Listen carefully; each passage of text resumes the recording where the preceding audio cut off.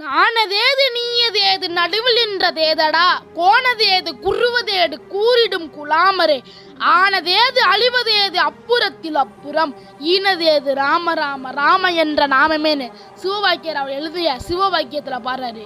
உண்மையிலேயே அவர் ராமர் தான் குறிப்பிடுறாரான்னு பல மக்கள் கேள்வி எழுந்திருக்கும். மக்கள் சட்ட மக்கள் என்ன சொல்றாங்கன்னா அவர் ராமரை குறிப்பிட கிடையாது, அவர் ரான்னு சொல்றப்ப நம்ம மூச்சை இழுத்து பிரீத் பண்ணுவோம், மான்னு சொல்றப்ப அது வெளியிடுவோம், அது ஒரு சாதாரண மூச்சு பயிற்சின்னு சொல்றாங்க. அதே மக்கள் இன்னொரு கருத்தையும் முன்வைக்கிறாங்க. என்னன்னா அவர் சிவனே கதி, வாழ்ந்தா சிவனுக்கு தான் வாழ்வேன், இறந்தா சிவனுக்கு தான் சாவேன் அப்படின்னு சொல்லிட்டு இருந்த அவரு எப்படி வைணவத்தை போற்றுவாரு அப்படின்னு சொல்றாங்க.